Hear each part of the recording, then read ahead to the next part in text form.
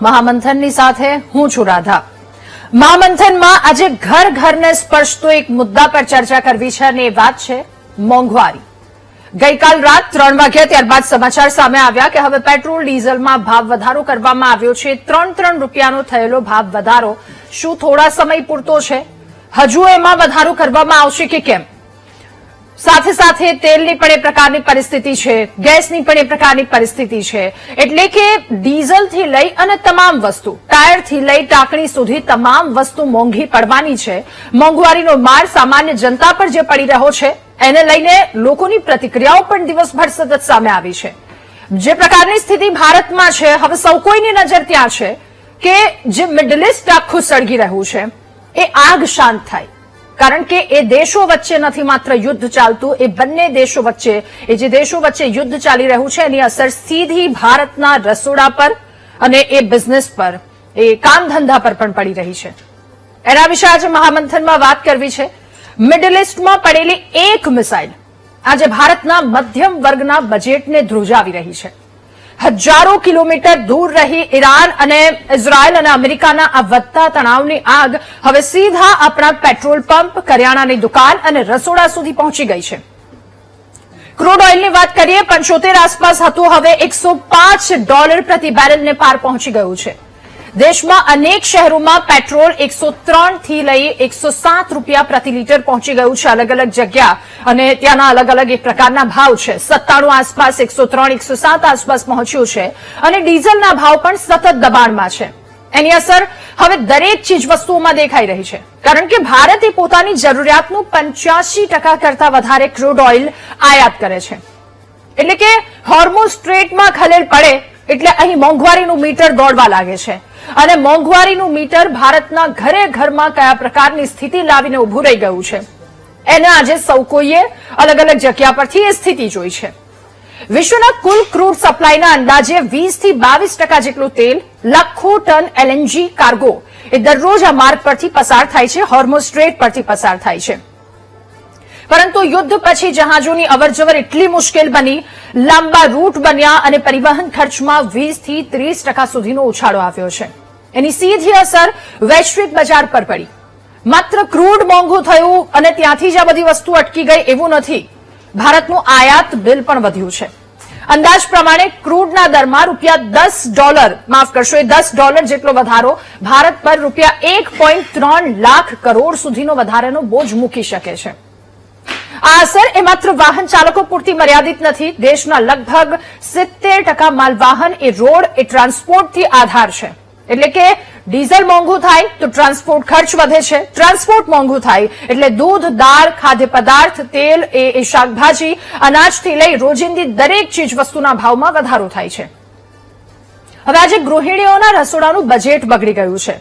મધ્યમ વર્ગ બચત છોડી અને ખર્ચને મેનેજ કરવામાં લાગી ગયો છે અને એક સામાન્ય માણસ માટે મહિનાનો છેલ્લો અઠવાડિયો એ વધુ ભારે ને ભારે બનતો જઈ રહ્યો છે, કારણ કે ડોલરની સામે સતત રૂપિયો પણ નબળો પડી રહ્યો છે। અને એટલે જ પ્રધાનમંત્રીએ દેશવાસીઓને અપીલ કરી હતી કે જે બહાર જવાનું છે, ફરવાનું ટાળવા માટે અપીલ કરી, પેટ્રોલ ડીઝલનો બને એટલો ઓછો ઉપયોગ, સાથે અહીંયાથી વસ્તુ છે બહારના દેશમાં મોકલીશું અને એના કારણે ક્યાંક આવક વધશે। એટલે આ થોડા સમય પૂરતા જે પરિણામો છે એના પર કામ કરવું ખૂબ વધારે અત્યારે હાલની આ પરિસ્થિતિ, વૈશ્વિક પરિસ્થિતિ પર આધાર રાખવાની જરૂરિયાત છે અને પરિણામે આયાતી વસ્તુઓ મોંઘી બની છે। સોનાના ભાવની વાત કરીએ, 1.66 લાખ પ્રતિ તોલાની નજીક પહોંચ્યો।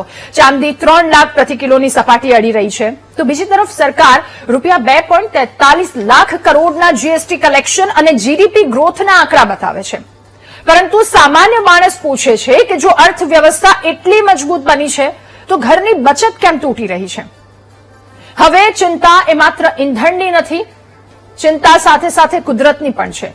આખી પરિસ્થિતિ છે હોર્મુઝ સ્ટ્રેટ, આખું જે મિડલ ઇસ્ટ સળગી રહ્યું છે એના કારણે ક્રૂડ મોંઘું થયું અને ક્રૂડથી લઈને સીધી એ આખી ચેન એ ઘરના રસોડા સુધી પહોંચી છે। એટલે બધી જ વસ્તુ મોંઘી થતી થતી એ એક તરફ મૂકી દઈએ। હવે બીજી તરફની વાત કરીએ, આઈએમડીએ આગાહી કરી છે કે આ વખતે સામાન્ય કરતા ઓછો વરસાદ આવે એ પ્રકારની સ્થિતિ છે। 92% વરસાદની શક્યતા એમણે વ્યક્ત કરી છે। એટલે કે બીજો માર ફરી એક વખત સામાન્ય લોકો પર પડ્યો છે, ખેડૂતો પર પડ્યો છે। હવે જો પાક નબળો થશે તો એ ખાદ્ય મોંઘવારીનો બીજો રાઉન્ડ શરૂ થઈ શકે છે। એટલે કે હાલ જે દેખાઈ રહ્યું છે આ બધી જ વસ્તુ કદાચ એક ટ્રેલર છે, કારણ કે જો મિડલ ઇસ્ટનું સંકટ લાંબુ ચાલ્યું, હોર્મુઝમાં તણાવ યથાવત રહ્યો, કારણ કે બંને દેશ એ પીછેહટ કરવા માટે તૈયાર નથી, અને આ બધી વસ્તુ જો લાંબુ ચાલ્યું, યથાવત ચાલ્યું, ઉપરથી ચોમાસું દગો દેશે, તો આવનારા મહિનામાં મોંઘવારી એ સામાન્ય માણસ માટે સૌથી મોટી આર્થિક ચિંતા બની શકે છે. આજે આજના મહામંથનમાં આ જ વાત કરવી છે કે વૈશ્વિક સંકટ, ઉર્જા અને આપણા રોજિંદા જીવન પર પડતી એની સીધી અસર વિશે.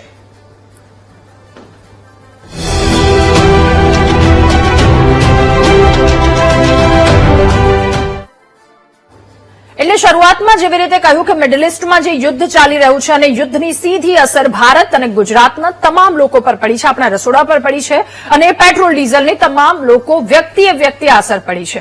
હવે આ મોંઘવારીની શરૂઆત થઈ ગઈ છે. આ ટ્રેલરમાં લોકો શું કહી રહ્યા છે, પહેલા એમને સાંભળીએ.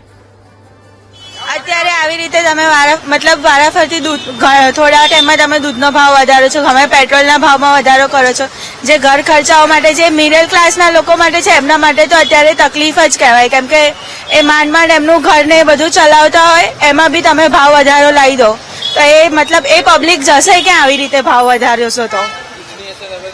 દૂધની અસર સીધો તમે 2 રૂપિયા ભાવ વધારી દો તો ક્યાં રોજના કોઈના ઘરમાં સવારે 2 થેલી આવતી હોય, કોઈના ઘરમાં 1 થેલી આવતી હોય, તો એના માટે તો એ પ્રોબ્લેમ જ કહેવાય.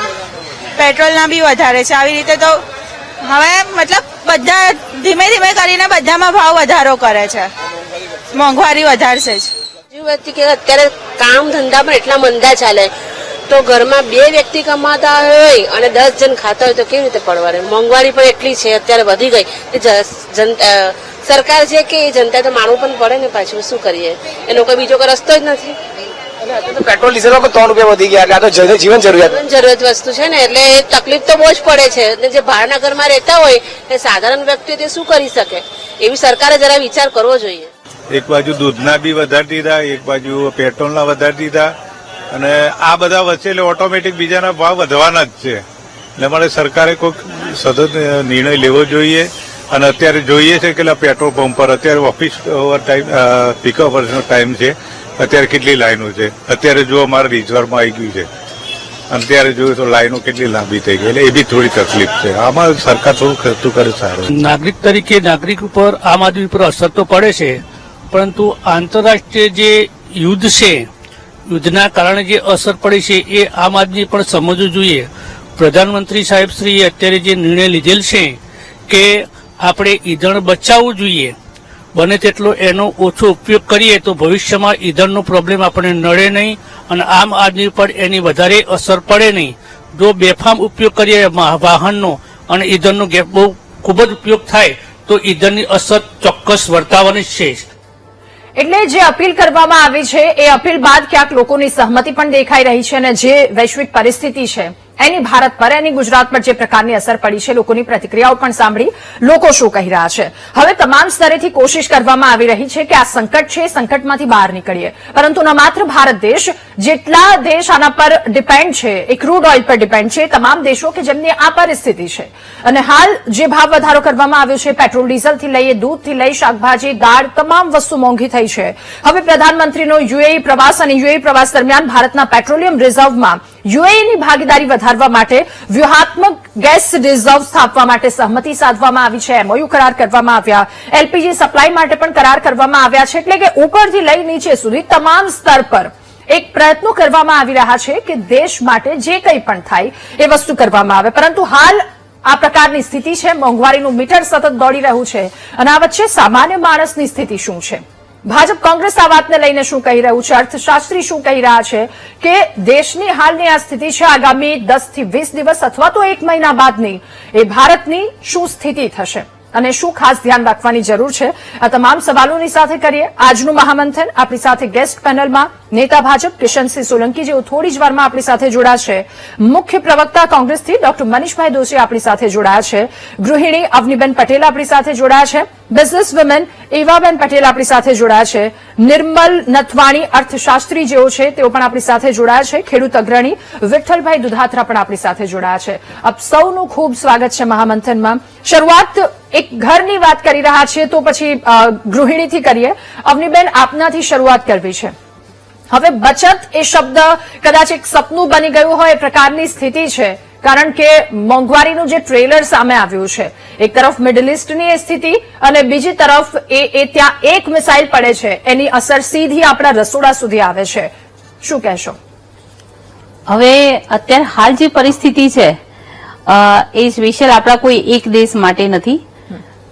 અમે સમજીએ છીએ કે ગૃહિણીની પરિસ્થિતિ આજે બહુ જ ખરાબ છે, પણ આનું સમાધાન કંઈક ને કંઈક સરકાર કરશે એવી અમને પૂરેપૂરી આશા છે. કારણ કે આજે ભાવ વધારો થઈ રહ્યો છે કે બીજું ઘણા બધા પ્રોબ્લેમ, ઘણા બિઝનેસ બી બહુ જ ધીમા ચાલી રહ્યા છે, બહુ જ એમ કહેવાય કે મંદી અત્યારે હાલ ચાલી રહી છે. એટલે તકલીફ તો દરેક ઘરમાં છે, અને એમાં પણ જે એકદમ સામાન્ય, હું એવું નહીં કહું કે એકદમ ગરીબ તો કદાચ કોકની પાસેથી માંગીને પણ લઈ લેશે, પણ જે સામાન્ય પરિસ્થિતિના લોકો છે એ લોકોને જયારે મહિનો પૂરો થવા આવે છે ત્યારે ખૂબ તકલીફ પડતી હોય છે. અને એમાં પણ ફરી આ મોંઘવારીનો માર, એટલે ગૃહિણીઓને ચોક્કસ હું કહી શકું કે તકલીફ પડે છે.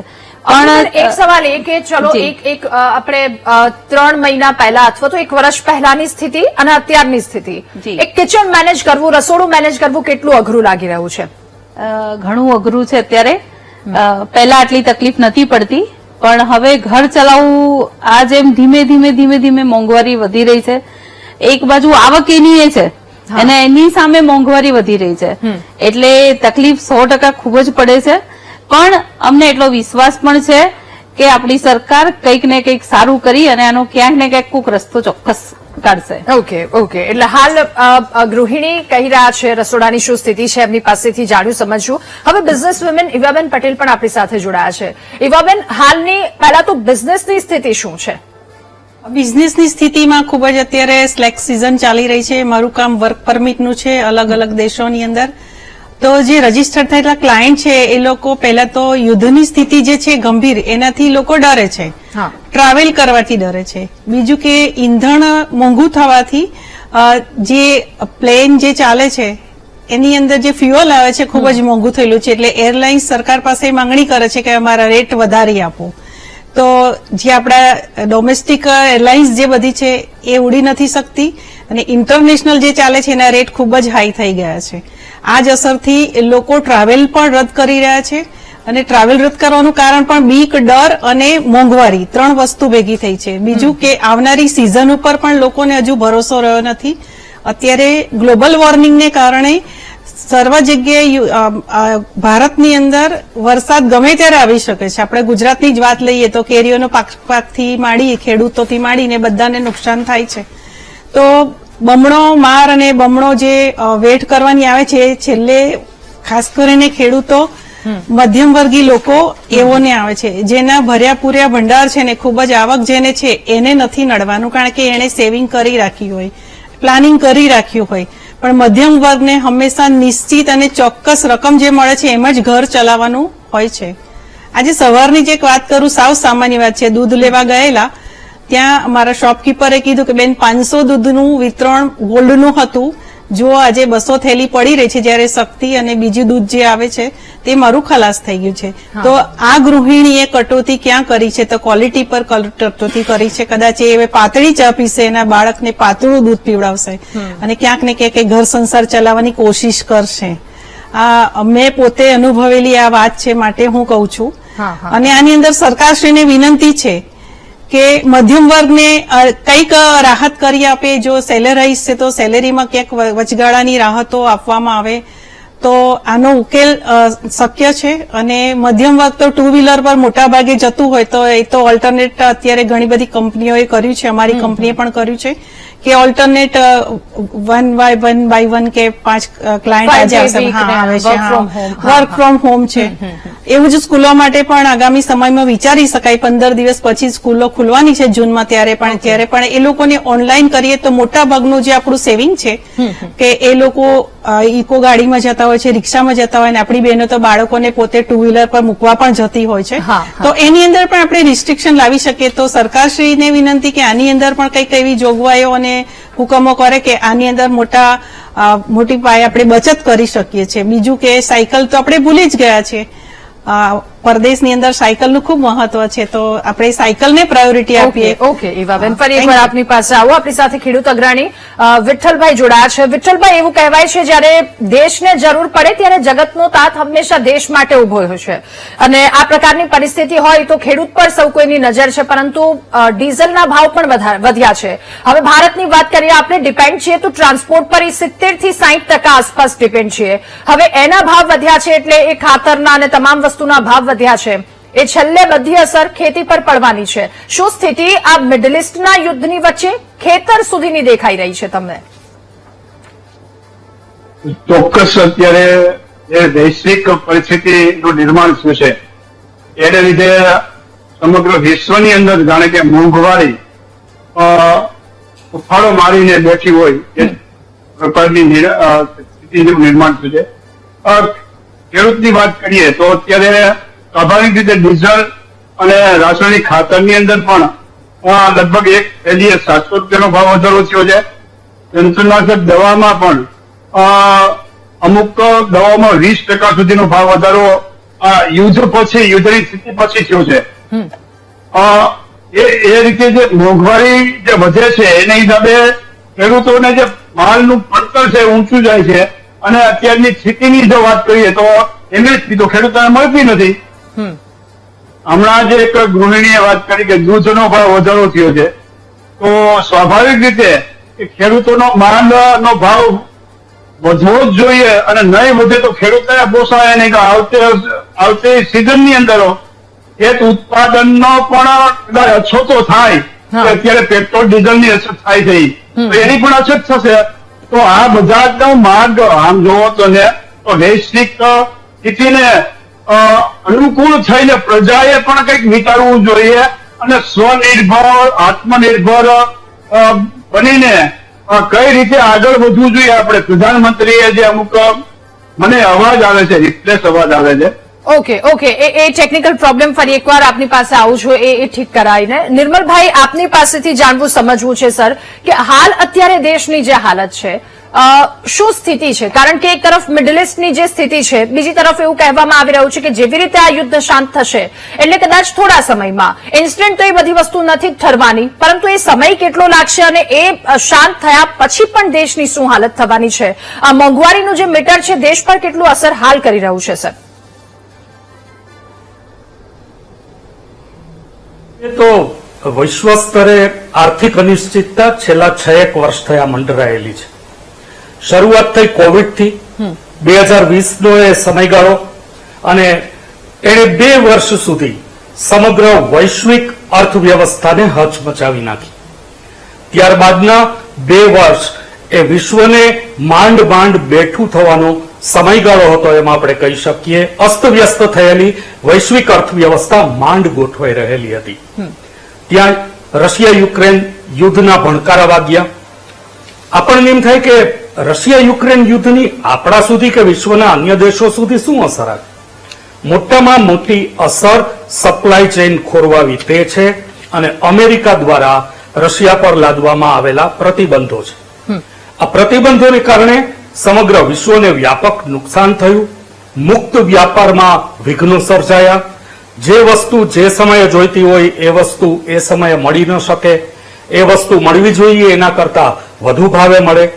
આવું બધું હજુ તો માંડ વૈશ્વિક અર્થતંત્ર બેઠું થયું, ત્યાં વધુ એક વખત ઉજાગર થયું. એનો પણ વિશ્વ સામનો કરતો આગળ વધ્યું. પણ ત્યારબાદ અમેરિકામાં નવા સત્તારૂઢ થયેલા રાષ્ટ્રપતિ ડોનાલ્ડ ટ્રમ્પે આક્રમક ટેરિફ નીતિ અપનાવી અને વિશ્વના દેશો પર મન ફાવે એ રીતે ટેરિફ નીતિનો કોરડો વીંઝ્યો. પરિણામે આવ્યું કે જુદા જુદા દેશોની નિકાસ ઘટી. અમેરિકાની તો આયાત મોંઘી બની જ, પણ વિશ્વના દેશોની નિકાસ ઘટી, અને નિકાસ ઘટે એટલે વિદેશી ઊંડિયામણની અછત સર્જાવાની શરૂઆત થાય. કેમ કે વૈશ્વિક ઇમ્પોર્ટર છે એની પાસેથી વિદેશી ઊંડિયામણ મળતું બંધ થાય. આ એક પ્રથમ ઝટકો હતો. એ ઝટકામાંથી વિશ્વ ધીમે ધીમે રસ્તો કાઢે ત્યાં અમેરિકા, ઇઝરાયલ અને ઈરાનનું યુદ્ધ આવ્યું, અને સમગ્ર યુદ્ધ સ્ટ્રેઇટ ઓફ હોર્મુઝ પર કેન્દ્રિત થયું, અને વિશ્વના દેશો સ્ટ્રેઇટ ઓફ હોર્મુઝમાં બંધક બન્યા. બંધક એ રીતે કે એમાંથી છુટકારો જ ન મળી શકે. ન તમને ફળફળાદી મળે, નો તમને ડ્રાયફ્રૂટ મળે. આ બધી તો અન્ય વાત છે. મૂળ વસ્તુ છે ક્રૂડ ઓઇલ. ક્રૂડ ઓઇલનો જથ્થો ત્યાં સ્થગિત થઈ ગયો. સ્ટ્રેટ ઓફ હોર્મુઝ સુધી પહોંચી જ ન શક્યો. પહોંચવા ઉપર મનાય, પ્રતિબંધ. જો તમે આગળ વધો તો તમારા કન્ટેનર, તમારા જે જહાજ છે એને ફૂંકી મારવામાં આવે, એટલે એ પાછું વધારાનું નુકસાન. તો સમગ્ર વિશ્વમાં નિરાશા દિન પ્રતિદિન ઘેરી જ બનતી ગઈ. ભારત સોને કી ચિડિયા તરીકેની વૈશ્વિક ઓળખ ધરાવે છે. વિશ્વના રોકાણકારો ભારતને રોકાણનું સ્વર્ગ માનતા હતા અને વિશ્વના રોકાણકારોએ ભારતમાં મબલખ નાણું ઠલવ્યું હતું અને માટે જ દેશનો વિદેશી મુદ્રાકોષ છે એ તરબતર હતો, છલોછલ હતો. પણ તેઓનું માનસ ઘવાયું. ધીમે ધીમે તેઓ ભારતીય બજારમાંથી પલાયન થવા લાગ્યા. રોજ આપણને લાગે કે 4,000 કરોડ, 5,000 કરોડ, પણ આ ઘટનાક્રમ છેલ્લા 3 મહિનાથી ચાલી રહ્યો છે.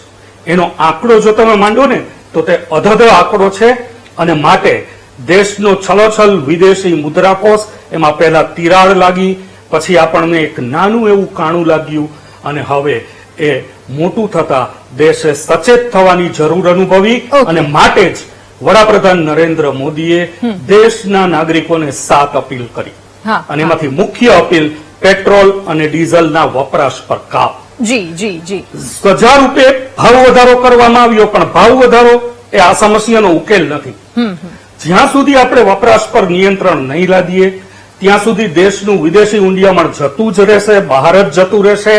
પરિણામે આવશે રૂપિયો નબળો પડ્યા કરશે અને વધુ એક વખત જે આયાત કરીએ એ આયાત મોંઘી બનશે, એટલે વધુ એક વખત પેટ્રોલ ડીઝલનો ભાવ બિલકુલ, એટલે એ છે આખી સતત ચાલવાની છે, પ્રકારની પરિસ્થિતિ રહેવાની છે. ઓકે સર, ફરી એકવાર આપની પાસે આવું. ડોક્ટર મનીષ જોશી, હવે સર આપની પાસેથી જાણવું સમજવું છે હાલ દેશની જે પ્રકારની સ્થિતિ છે.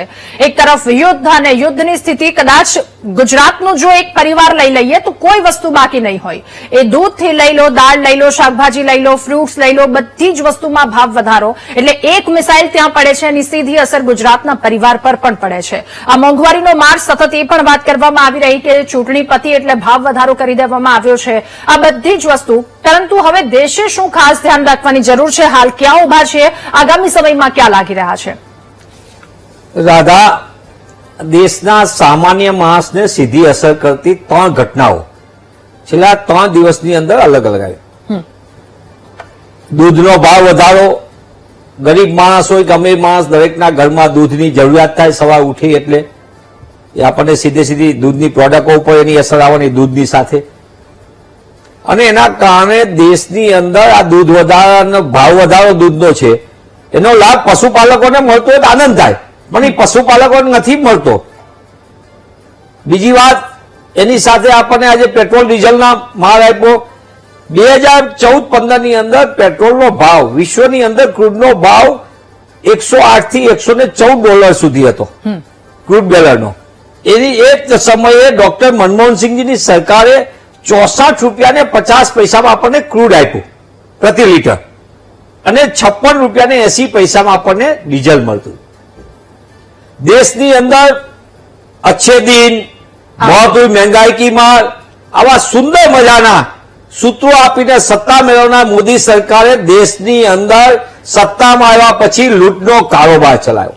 લૂંટનો કારોબાર કેટલા માટે કે આ દેશની અંદર પેટ્રોલ ડીઝલમાં 140 કરોડની દેશની જનતાના ખિસ્સામાંથી એક્સાઇઝ ડ્યુટીના નામે સતત વધારો કરીને 34 રૂપિયાથી લઈને 36 રૂપિયા પેટ્રોલમાં વધ્યા 11 વર્ષમાં, અને એની સાથે સાથે 38 રૂપિયા જેટલો વધારો ડીઝલમાં થયો. એટલે કે દેશના લોકોના ખિસ્સામાંથી 39 લાખ કરોડ રૂપિયાની લૂંટ કરવામાં આવી.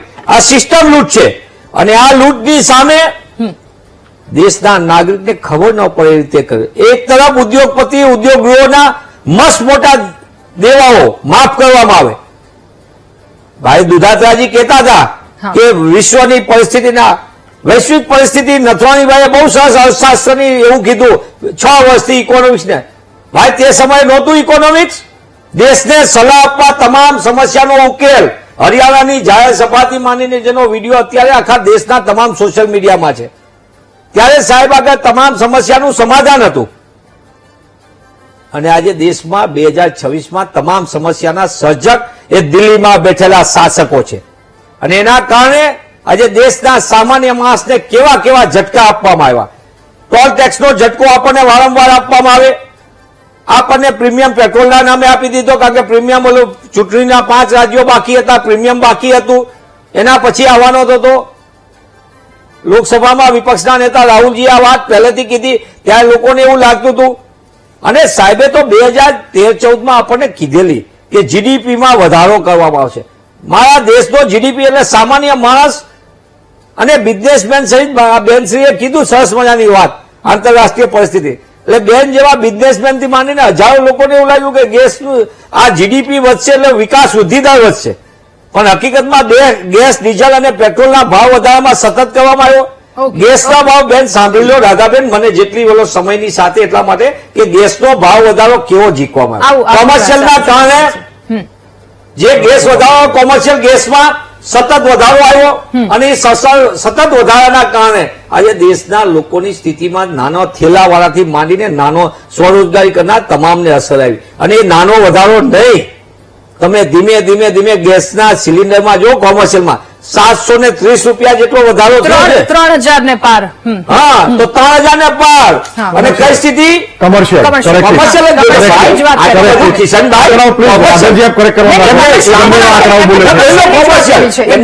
કોમર્શિયલ ની ખબર નથી કે નાનો માણસ છે ને, ભેળના ખૂમચા વાળો, પાણીપુરો, નાનો માણસ, દરેકને થેલા વાળા, પીજીમાં રહેતા, હોસ્ટેલમાં છોકરા રહેતા હોય, તમામને આની અસર આવે છે. તમે દેશની અંદર કોમર્શિયલમાં વધાર્યો, આમાં વધાર્યો. ભાઈ રેસ્ટોરન્ટના માંડીને તમામના બિલમાં લખાઈને આવવા માંડ્યું. કોમર્શિયલ ગેસના વધારો થયો, એના કારણે 10 રૂપિયા વધ્યા. આ પરિસ્થિતિનું નિર્માણ માટે કોઈ જવાબદાર હોય, સૌથી મોંઘી સરકાર હોય તો મોદી સરકાર છે. અને વૈશ્વિક નામે, વૈશ્વિક યુદ્ધના નામે વાત કરવાનું એટલા માટે બંધ કરવું જોઈએ કે તમે એનર્જી કન્ઝર્વેશનના અને તેની માટેના પ્રાયોરિટી તમારી બીજી હતી, અને એના કારણે આજે દેશમાં આ પરિસ્થિતિનું નિર્માણ થયું છે. કડવી વાસ્તવિકતા. ઠીક છે, ઓકે. કિશનસિંહ, આપની પાસે આપણે 14-15 ની જે વાત કરી ત્યાં પણ મને એક સવાલ હતો. કિશનસિંહ, હવે સવાલ આપની પાસે કે ભારતની હાલની જે સ્થિતિ છે, હવે બધી જ વસ્તુ લઈ લો, એ વ્યક્તિ સવારની ચા થી લઈ અને સાંજે સુવા જાય છે ત્યાં સુધીની બધી જ વસ્તુમાં ભાવ વધારો થયો છે. સાથે આક્ષેપ સતત એ પણ લાગી રહ્યા છે કે 5 રાજ્યોની ચૂંટણી, ગુજરાતની આ સ્થાનિક સ્વરાજ્યની ચૂંટણી આ પત્યું એટલે સીધો ભાવ વધારો લોકો સુધી પહોંચાડી દીધો. દાદાજી, ગુડ ઇવનિંગ. પ્રથમ તો આ મિથને તોડવું અતિશય જરૂરી છે કે સોકોલ અર્થશાસ્ત્રીઓ, સોકોલ કહેવાતી રાજકીય પાર્ટીઓ અને સોકોલ કહેવાતા એક્ટિવિસ્ટો, પહેલા તો એ આંકડાઓને જોવાની જરૂર છે કે અમે 130 કરોડના બોન્ડ લઈ અને પ્રજાને મફતની આદત પાડીને દેશના અર્થતંત્ર ઉપર કોઈ ભાર નથી આપ્યો. આ જ લોકો જે છોડીને ગયા હતા 130 કરોડ, એ અમે 130 કરોડના બોન્ડો, 1,30,000 કરોડના બોન્ડો એ અમે ભર્યા છે. એ અમને ખબર હોવી જોઈએ. 38 રૂપિયાથી લઈ અને 78 રૂપિયા સુધીનો જે પ્રાઇસ રાઇઝ થયો હતો એ આમના સમયમાં થયો હતો. 750 બિલિયન ડોલરનું આપણી જે આયાત છે અને આપણું જે ફેડ રિઝર્વ છે, એ ફેડ રિઝર્વમાં આપણે 40 કરોડ ડોલર અત્યારે જવાથી અને વૈશ્વિક આ જે પરિસ્થિતિ ઉભી થઈ છે, ઇન્ડિયાએ ઉભી કરેલી પરિસ્થિતિ, સ્ટ્રેટ ઓફ હોર્મુઝના લીધે જે પરિસ્થિતિ ઉભી થઈ છે, એમાં ચાઇના 23%, કેનેડા 30%, અમેરિકા 45%, અને અત્યારે નહીં, જયારે યુદ્ધ ચાલુ થયું એના અઠવાડિયામાં આ વધારો ત્યાં આવી ગયેલો હતો. ભારતમાં છેલ્લા 4 વર્ષમાં કોઈ ભાવ વધ્યા નથી. મનીષભાઈ અને એમની પાર્ટી કાન ખોલીને સાંભળી લે, વારે ઘડીએ કોઈ ભાવ વધારો નથી થયો. અને તમે કહો છો ને કે આ વધારે જયારે ભાવ ઘટ્યા હતા ક્રૂડના, ત્યારે કેમ ભાવ ઓછા નહોતા કર્યા? તો ભાવ ઓછા ના કર્યા ને એટલા માટે આજે આપણી પાસે રફેલ છે. તમારા સમયમાં આર્મીના જવાનોને બુલેટ પ્રૂફ જેકેટ નહોતા અપાતા, એમને પગમાં પહેરવાના શૂઝ નહોતા અપાતા, એમની કોઈ પણ સિક્યુરિટીનો વિચાર નહોતો થતો. આ બધું તમારી સરકારમાં થયું હતું. જયારે રાફેલ ખરીદવાની વાત થઈ, તમારા એન્થરે કહ્યું હતું અમારી પાસે પૈસા નથી. દેશની સુરક્ષાને તાળે મૂકનાર લોકોને પ્રશ્ન પૂછવાનો અધિકાર નથી રાધાજી. અને રહી વાત અર્થતંત્રની, યસ ખબર છે, અને વૈશ્વિક લોકપ્રિય અને દેશના સૌથી વિશ્વસનીય વડાપ્રધાન, ઇતિહાસના સૌથી વિશ્વસનીય વડાપ્રધાન, એમણે આ દેશમાં બને એટલો 3.5 to 4% ઇન્ફ્લેશન રેટ જાળવી રાખવામાં સફળતા મળી છે. આ લોકોના સમયમાં 11% હતો રાધાજી. આપને યાદ હશે 11%નો વધારો ઇન્ફ્લેશનમાં. એટલે પરિસ્થિતિઓ આપણી વિરુદ્ધ છે અને એ પરિસ્થિતિઓ સામે લડવાની ક્ષમતા નરેન્દ્રભાઈ મોદી અને ભારતીય જનતા પાર્ટીની સરકારોમાં છે. અમે લડી રહ્યા છીએ. પ્રજા ઉપર ઓછામાં ઓછો ભાર જાય. આ જે પણ વૈશ્વિક પરિસ્થિતિના લીધે આપણે ક્રૂડ, સોનું આની પાછળ જે સૌથી વધારે આપણે વ્યય કરી રહ્યા છીએ પૈસાનો, જેના લીધે આપણું વિદેશી ઊંડિયામણ ઘટી રહ્યું છે, આપણો પૈસો બહાર જઈ રહ્યો છે, એના માટે જે ખાતરના લીધે આપણે મેક્સિમમ સબસિડીઓ આપવી પડે છે અને ખાતર મંગાવવું પડે છે, એ પણ વૈશ્વિક પરિસ્થિતિમાં યુક્રેન અને સ્ટેટ ઓફ હોર્મુઝની પરિસ્થિતિના લીધે આપણા સુધી સમયસર પહોંચતું નથી. પણ છતાં સરકાર પાસે ઇનફ સ્ટોક છે, 74 દિવસનો સ્ટોક છે, ચાલે એટલો બફર સ્ટોક છે. આ લોકો પાસે બફર સ્ટોક રાખવાની વ્યવસ્થાઓ પણ નથી. 2014 પછી આપણે ત્યાં સંગ્રહ શક્તિ પણ વધી છે. પ્રજાને જે ભાર પડ્યો છે એ બીજી રીતે જોઈએ તો યસ, અમે પણ એનાથી ચિંતિત છીએ, પ્રજાની સાથે છીએ, અને આ લાંબો સમય ચાલવાનું નથી. જેવી યુદ્ધની પરિસ્થિતિઓ રાધાજી શાંત થશે, એ શાંત થશે તો ફરી પાછા આપણે આવવાના છીએ જે યથાસ્થિતિ હતી એના ઉપર. પણ આ આપણા જાગતા જીવંત અર્થતંત્રનો પણ એક પુરાવો છે કે જે ભાવમાં વધઘટ થતી રહે છે તો આપણું અર્થતંત્ર પણ એટલી તીવ્ર ગતિએ વિકાસ કરી જ રહ્યું છે. એટલે પ્રજાને ચોક્કસપણે આ જે ભાવ વધારો બેઝિકલી પેટ્રોલ ડીઝલમાં થાય એટલે તમામ વિષય વસ્તુઓમાં અસર થાય છે. પણ હમણાં જ ખેતીમાં આપણે 2 દિવસ પહેલા જ સરકારે 13 જણસોના ફરી એમએસપી જાહેર કર્યા છે. એમએસપીમાં પણ એટલો ખાસ વધારો નહોતો. એ પણ દાદાજી એ મારે આપને પણ કરેક્ટ કરવા છે કે જે તમે ખાતરના વધારાની સાથે હું આપણી ડિબેટ જોતો હતો, જેમાં પ્રશ્ન ઓલરેડી જે આપે મને પૂછ્યો ચર્ચાયો, પણ એમાં મેટર ઓફ ફેક્ટ એ છે કે તમારી જેટલું ઉત્પાદન થાય છે એટલું ખાતર નથી વપરાતું. ખાતર એટલું બધું પાકતું નથી. ખાતર આંશિક માત્રામાં ખાતર જાય છે. ઉત્પાદન બહુ છે. ઉત્પાદનની સામે તમે ખાતરની ગણતરી કરશો તો તમે તમારી ગણતરીમાં ખોટા આપો. ઓકે, તો ડીએપી ની વાત કરીએ. 1400 થી 2100 સુધીનો વધારો ખેડૂતોને ત્યાં પણ ક્યાંક ચિંતા છે. બીજો સવાલ મારો આપની જ વાતમાંથી, એક જ મિનિટ મનીષભાઈ આપની પાસે આવો. આપની જ વાતમાંથી સર એક સવાલ મને એ થઈ રહ્યો છે. લોકો, એક સામાન્ય વ્યક્તિ હોય ને તો એને પણ આ જ સવાલ થાય છે કે જો ચલો યુદ્ધની પરિસ્થિતિ અને અર્થશાસ્ત્રીઓ સૌ કોઈ કહી રહ્યા છે કે મિડલ ઇસ્ટની જે સ્થિતિ છે શાંત થશે પછી તરત જ આપણે એ સ્થિતિમાં નથી આવવાના કે જેવી રીતે ભારતની પહેલા સ્થિતિ હતી. એટલે મોંઘવારી ઓછી થઈ જશે તરત નહીં, કારણ કે ટાઈમ લાગશે બધી જ વસ્તુમાં. તો શું એવું તો શક્ય નથી થવાનું કે પેટ્રોલ ડીઝલના જે ભાવ વધ્યા છે પાછા ભાવ લોકો પાસેથી ઓછા લેતા થઈ જશે? નહીં, ઓછા લેતા પણ ભાવ સ્થિર થાય. પણ અતિ સ્થિરતા પણ દેશના અર્થતંત્ર માટે જોખમી છે. ઓકે, અર્થતંત્રમાં હંમેશા વધઘટ થતી રહેવી જોઈએ. અને આપણે જોયું છે ભાવ જયારે ઘટ્યા છે ત્યારે બીજી બધી સેક્ટરને અસર પણ થઈ છે. બહુ બધી વસ્તુઓના ભાવ ઘટ્યા પણ છે. જીએસટીમાં પણ ઘણા બધા ફેરફારો થયા છે, ભાવ ઘટ્યા છે. એટલે આ જે એક આપણું ચેતન બનતું અર્થતંત્ર છે રાધાજી, એના લીધે આ પરિસ્થિતિ આપણે અત્યારનું જે ભાવ વધારો છે એનું કારણ એ નથી. આપણે ભાવ વધારાને નાથવામાં બહુ જ મહદઅંશે દુનિયાના જે સર્વશ્રેષ્ઠ દેશો કહેવાય ને એમાંનો આપણો એક દેશ છે કે આપણે એમાં સફળ રહ્યા છીએ 4 વર્ષ સુધી. આ બહુ 4 વર્ષ સુધી કામ કોંગ્રેસ બોલતી નથી કેમ ભાવ નથી વધારતા, કેમ ભાવ 4 વર્ષથી બોલી શક્યા છે? ક્યારે એ લોકો આક્ષેપ કરી શક્યા છે કે ફુગાવો આટલો વધી ગયો? 3.5 to 4% ફુગાવો રાખવામાં સફળ રહ્યા છીએ. એ લોકો 11% પર હતા. રાધાજી, મુદ્દો આ રાજકીય નથી, આ મુદ્દો વૈશ્વિક છે. વૈશ્વિક મુદ્દાથી આપણે સૌથી છેલ્લે પ્રભાવિત થયા છીએ. અને છતાં પણ આપણા પ્રયત્નો ચાલુ છે કે પ્રજાને આના ઓછામાં ઓછો ભાર વેઠવો. ઓકે, મનીષભાઈ આપની વાત. એમને કીધું વૈશ્વિક, પાપાને તો વોર રૂકવા દિયા થા, તો પાપા ત્યાં ભાવ વધારો કેમ નથી રોકતા? પેપર લીક કેમ નથી રોકાવતા? એટલે એક મિનિટ વચ્ચે નથી બોલ્યો, તમારા રાહુલ વિંછીએ રોકવાનો છે. સાંભળવું છે, રાહુલ સાંભળવું છે, એન્ટોનિયો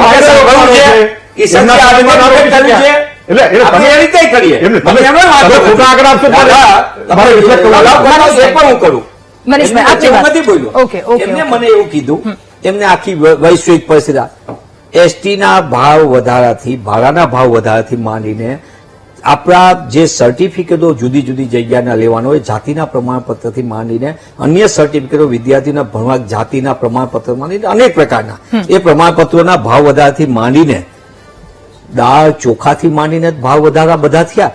પણ એના કરતા આ દેશમાં આવતાની સાથે 2015માં સૌથી પહેલા મોટું કૌભાંડ કીધું. 70 રૂપિયાની આયાત કરેલી દાળ, 70 રૂપિયાની મલેશિયાથી આયાત કરેલી દાળ આ દેશના નાગરિકોને 210 રૂપિયામાં ખાવા માટે મજબૂર કરનાર મોદી સરકાર બીજી બધી વાત કરે. જવાબદાર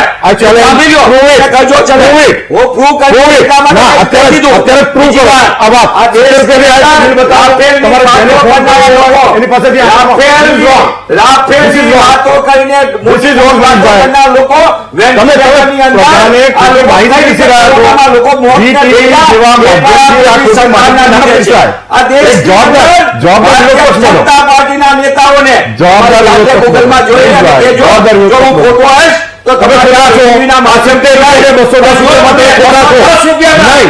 70 બિલકુલ નહીં. બિલકુલ નહીં. હું સદંતર નકારું છું. સદંતર નકારું છું. હું આ સદંતર નકારું છું. તમે નકારો, તમે ગૂગલ જોઈ હવે કોઈ પ્રજા હવે બસ આ પ્રોબ્લેમ છે. કોઈ પ્રજાની વચ્ચે નથી, વાસ્તવિકતાની સાથે નથી. ગૂગલ પર ચાલનારી પાર્ટી, વોટ્સએપ પર ચાલનારી પાર્ટી, ટીવી પર ચાલનારી પાર્ટી પાસે આની અપેક્ષા શું રાખવું? મૂળભૂત રીતે લોકોની માનસિકતા શાંતિ રાખો. લોકોની માનસિકતા અમારી સાથે છે, અમારા નેતૃત્વની સાથે છે. આ કારોબાર નહીં ચાલે. આ દેશમાં લોકો રાફેલ સૌથી મોંઘામાં મોંઘું અને સૌથી મોટા મોટું રાજ દેશ. મોદી સરકાર શું કરવા સૌથી મોટું એટલા માટે રાજા વચ્ચે બોલે છે તો મને બોલવાનો પૂરો સમય હું એમની વચ્ચે નથી બોલ્યો. આપની વાત ફટાફટ રજૂ કરો. મૂળભૂત રીતે આ દેશની અંદર આપણે દેશની વાતને બહુ પિક્ચર કરીએ. બહેનો બેઠા છે આપણા, એક ગૃહિણી છે, એક બિઝનેસ વુમન છે. આ ગુજરાત સૌથી દેશની અંદર મોટામાં મોટું મગફળી તરીકે ઉત્પાદક રાજ્ય છે. મગફળી તો ઘર આંગણે પાકે છે. એક બે જો વચ્ચે મને કેટલી ખબર છે, તમારું જ્ઞાન નથી જોતું.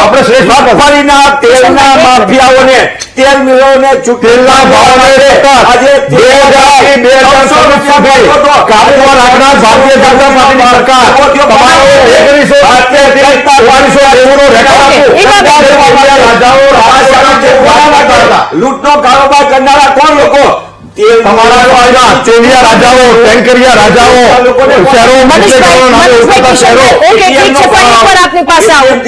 બેન્કિંગના તમામ ક્ષેત્રની સર્વિસના ભાવ વધારો, કારોબારના કારણે દેશની આર્થિક સ્થિતિ નથવાણી સાહેબ કહેતા હતા. પણ નોટબંધી પછી આ દેશની અંદર લોકોની બચત ખલાસ થઈ છે.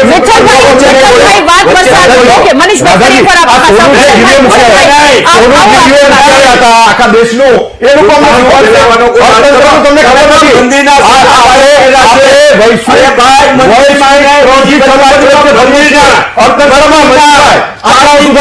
સોનું ગુમ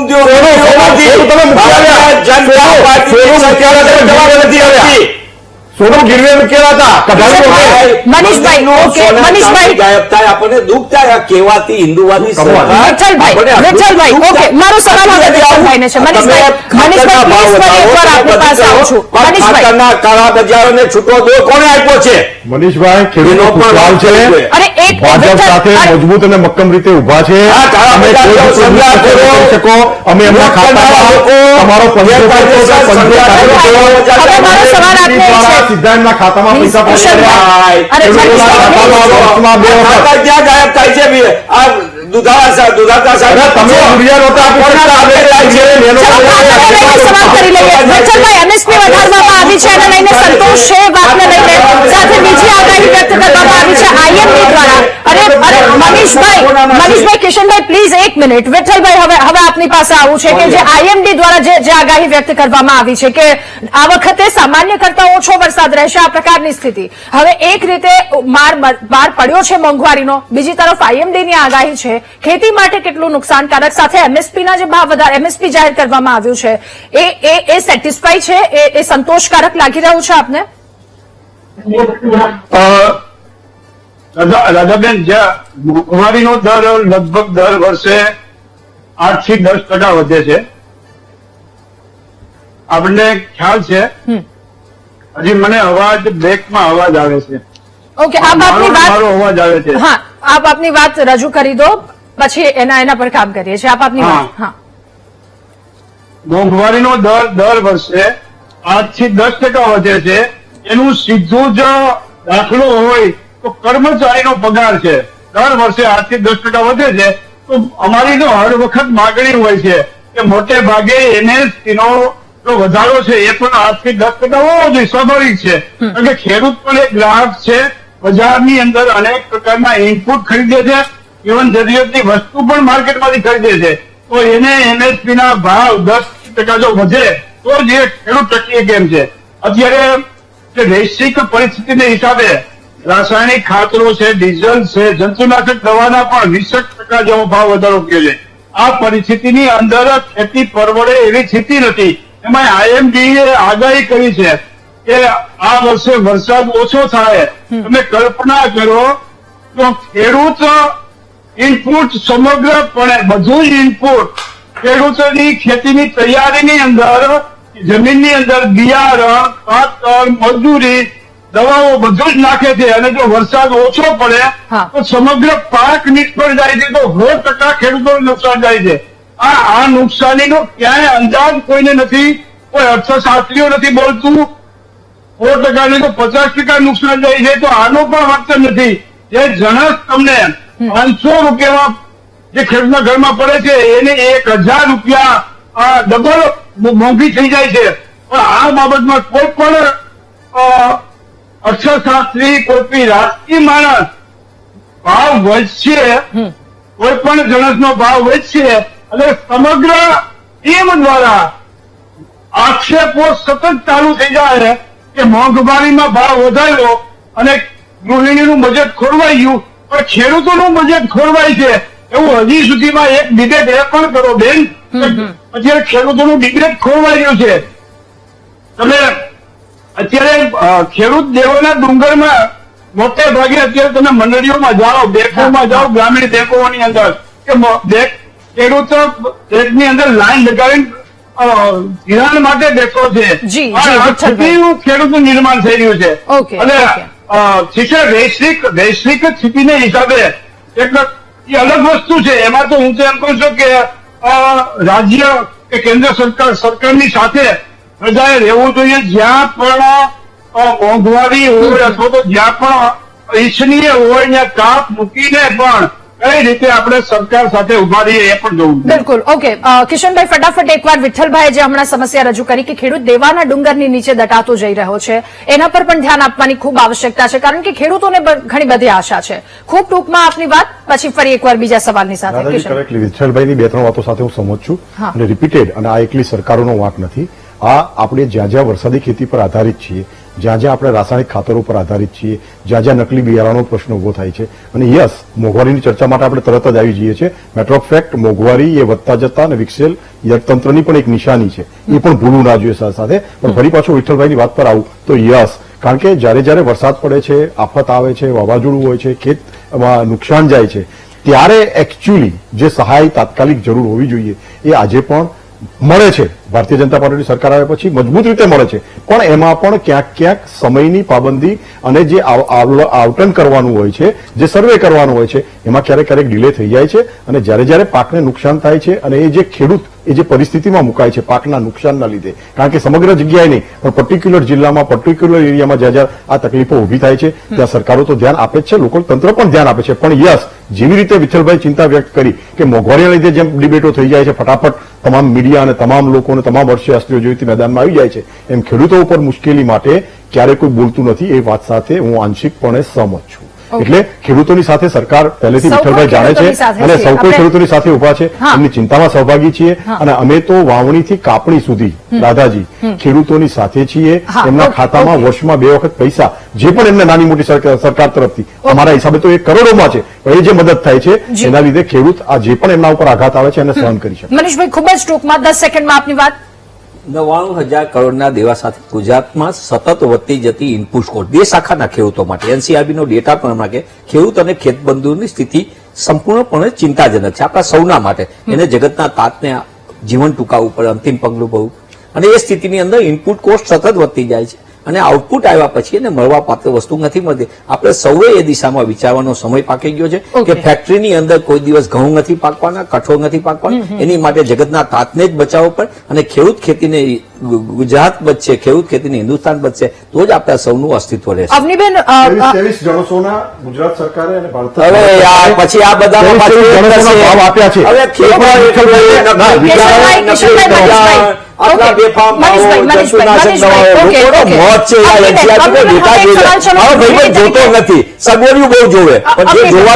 અવનીબેન, ચલો દૂધની અત્યારે જે ઈવાબેને વાત કરી કે એ ગોલ્ડના બદલે કોઈ ટોન મિલ્ક યુઝ કરી લે છે, તો આછું દૂધ તો યુઝ કરી લેશો, ચલો થોડાક સમય માટે એ ચા પણ એવી રીતે પી લેશો. બાળકોના એજ્યુકેશનનું શું, બીજા વધતા ખર્ચાનું શું, કેટલીક જગ્યા પર કપાત મૂકી શકીશું ત્યાં જ્યાં પોસિબલ છે, ત્યાં એક ગુજરાતી તરીકે આપણે એમાં માસ્ટર છીએ, પણ જ્યાં નથી થઈ શકવાનું ત્યાંની સ્થિતિ કેવી રીતે મેનેજ કરશો? અત્યારે આ બહુ મોટો પ્રશ્ન છે અને જયારે મને આજે મેસેજ મળ્યા કે ભાઈ મારે આવી રીતે ડિબેટમાં જવાનું છે, ત્યાં નીચે અમારા ત્યાં નીકળતા 2-4 ગૃહિણીઓ બેઠા હતા, એટલે એમની સાથે પણ મેં થોડી ચર્ચા કરી કે ત્યારે એમણે એક જ વસ્તુ કીધું કે અત્યારે હાલ આપણી પરિસ્થિતિ એવી છે કે આપણે જે પહેલાના લોકો થોડામાં ચલાવતા હતા ને, આપણે આટલું બતાવવા જોઈએ છે. જો એ બધા ખોટા ખર્ચા જો આપમેળે આપણે કંટ્રોલ કરીશું અને જે અત્યારે આપણા સરકારના જે 7 મુદ્દાઓ છે એનું જો અનુકરણ કરીશું અને એ રીતે આપણે ચાલીશું ને, તો મને ક્યાંક ને ક્યાંક લાગે છે કે આપણે આમાંથી 100% નીકળી શકીશું અને આપણે સરકારની સાથે જ રહેવું જોઈએ. 100% કેમ નહીં? કારણ કે આજે સૌથી પહેલો મુદ્દો તો એ છે મોંઘવારી. ભલે રહી, મોંઘવારીને પહોંચી વળીશું, પણ આજે સૌથી પહેલા તો આપણે સુરક્ષિત છે, એ સૌથી મોટી વસ્તુ છે. ઓકે, એટલે કિશનભાઈ સાથ તો દેખાઈ રહ્યો છે જેવી રીતે લોકોની બિલકુલ નરેન્દ્રભાઈ મોદી પ્રત્યેનો Bharatiya Janata party. Thank you બેન, થેન્ક યુ વેરી મચ. અને અમે તહે દિલથી ભારતીય જનતા પાર્ટીના કાર્યકર્તા તરીકે આ તમામ મુશ્કેલીઓમાં લોકોની વચ્ચે છીએ, લોકોની સાથે છીએ અને આ કાયમી નથી. એવાબેન, જેવી રીતે તમે કહ્યું કે જેવી રીતે જ આ તમામ વસ્તુ, વૈશ્વિક પરિસ્થિતિ. સર, આપની પાસે આવું છું એક જ મિનિટ. એવાબેન, એક સવાલ કે વૈશ્વિક પરિસ્થિતિ છે અને તરત જ તમને ક્લાયન્ટના ફોન આવવા માંડ્યા કે હવે નથી જવું કારણ કે એ દેશોની શું પરિસ્થિતિ હશે, ત્યાં જઈને મોંઘવારીનો માર સહન કરવો પડશે. તો તમને શું લાગી રહ્યું છે કે કેટલા સમયમાં આ બધું વસ્તુ ફરી એકવાર નોર્મલ થઈ જશે? અત્યારની પરિસ્થિતિ જોતા તત્કાલિક તો આનો કોઈ નિર્ણય નહીં જ આવે, કારણ કે દરેક વ્યક્તિ પોતાનું ઘર પહેલા સાચવશે, ફેમિલી પહેલા સાચવશે, બાળકો પહેલા સાચવશે.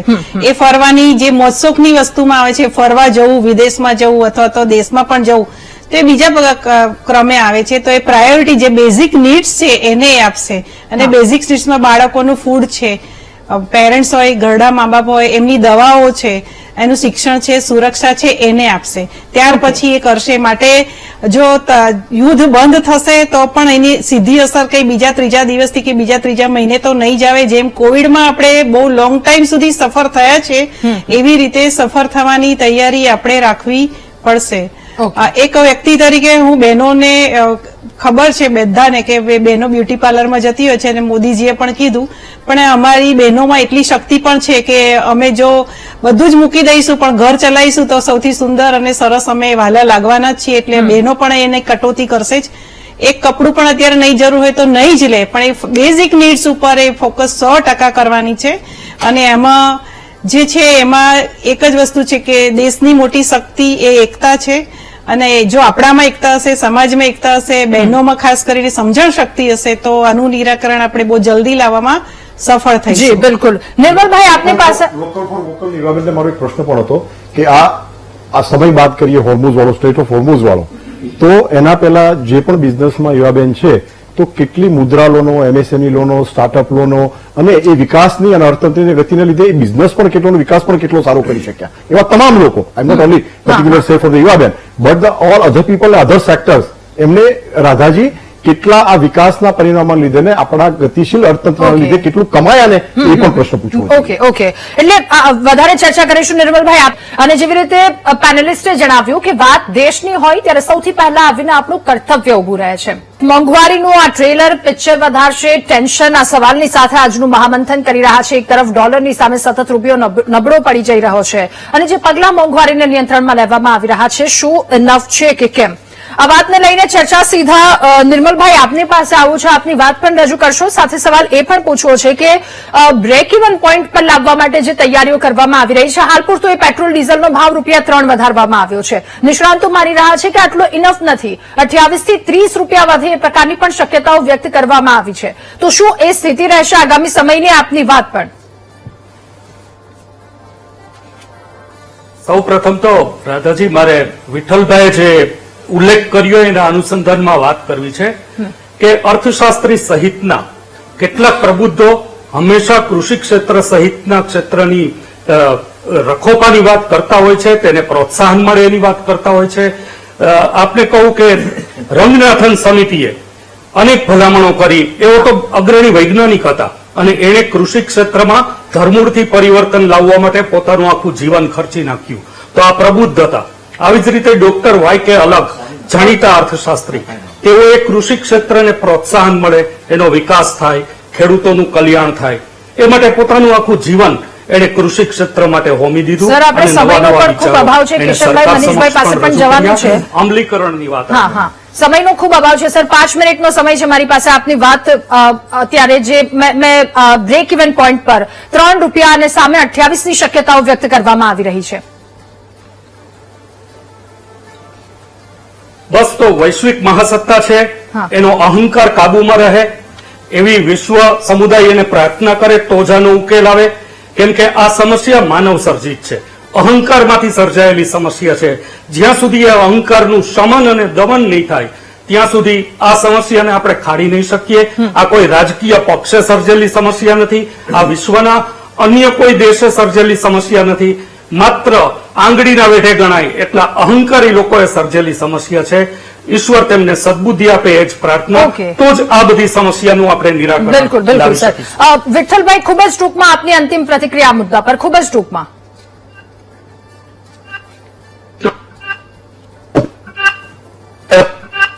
ઓકે, થોડી ટેકનિકલ પ્રોબ્લેમ લાગી રહી છે. મનીષભાઈ, આપની અંતિમ પ્રતિક્રિયા આ મુદ્દે. સાથે વિપક્ષ તરીકે જો હવે વાત દેશની છે, આપણે સૌ કોઈએ કરી છે, તો બધા સાથે શું ઓપ્શન આપ મૂકશો લોકોની વચ્ચે, સરકાર પાસે, કે આ વસ્તુ કરીશું, દેશની લોકોને ત્યાંથી બહાર કાઢી શકીશું?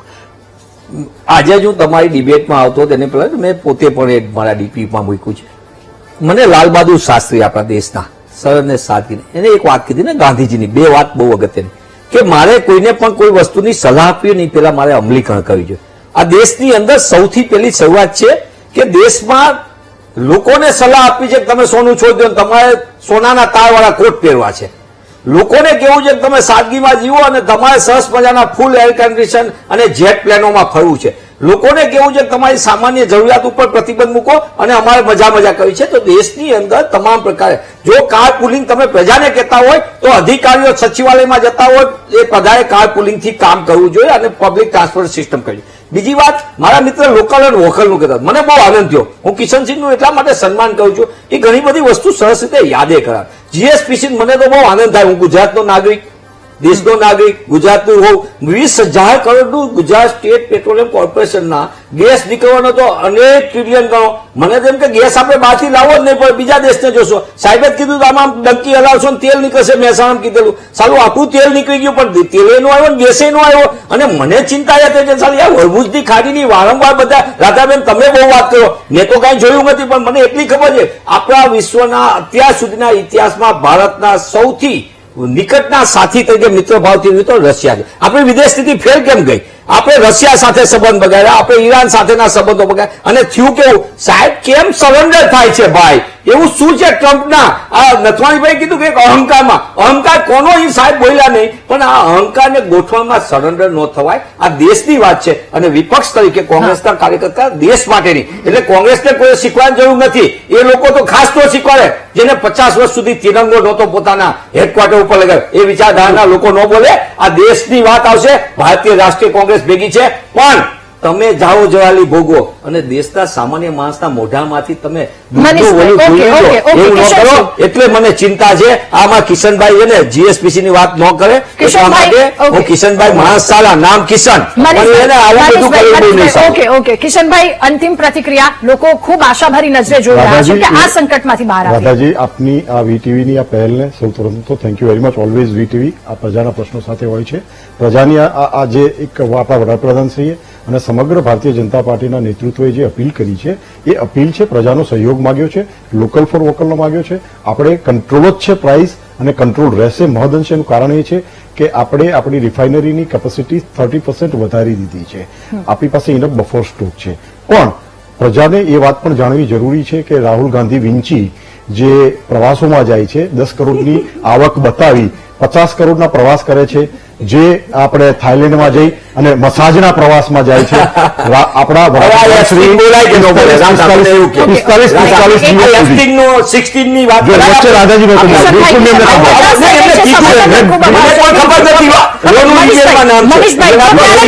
વડાપ્રધાનશ્રી બહાર જાય છે તો 45 સાથે આ દેશની જરૂરિયાત, આપણે જે માત્ર 1 થી 2 ટન ઉત્પાદન કરીએ છીએ, આપણે ત્યાં કોઈ તેલના કુવાઓ નથી. 45 દેશો સાથે વડાપ્રધાન શ્રીના પ્રવાસના પ્રયાસો છે અને એ પ્રવાસોના લીધે જ પ્રવાસોથી કુવા આવ્યા અને ઘર આવીને બે ઉર્જાની જરૂરિયાતો છે, એ ઉર્જાની જરૂરિયાતો પૂરી થઈ રહી છે.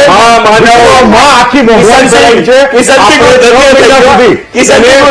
આપણે અર્થતંત્રને ગતિવાન રાખવામાં, અર્થતંત્રને અને ફુગાવાને કાબૂમાં રાખવામાં ઓકે, આપ સૌનો ખૂબ આભાર. આપ સૌનો ખૂબ આભાર મહામંથનમાં અમારી સાથે જોડાયા આ મુદ્દા પર ચર્ચા કરવા બદલ. તો જે રીતે હાલ આ પ્રકારની સ્થિતિ છે અને હંમેશા ભારતીયો માટે એક વાત કહેવામાં આવી છે કે સંકટમાંથી આપણે સમાધાન શોધ્યું છે. હવે રાહની સાથે સૌ કોઈ આશાભરી નજરે જોઈ રહ્યા છે. આ સાથે મહામંથનમાં હાલ બસ આટલું જ. વધુ સમાચાર અપડેટ્સ માટે આપ જુઓ VTV ન્યૂઝ. નમસ્કાર.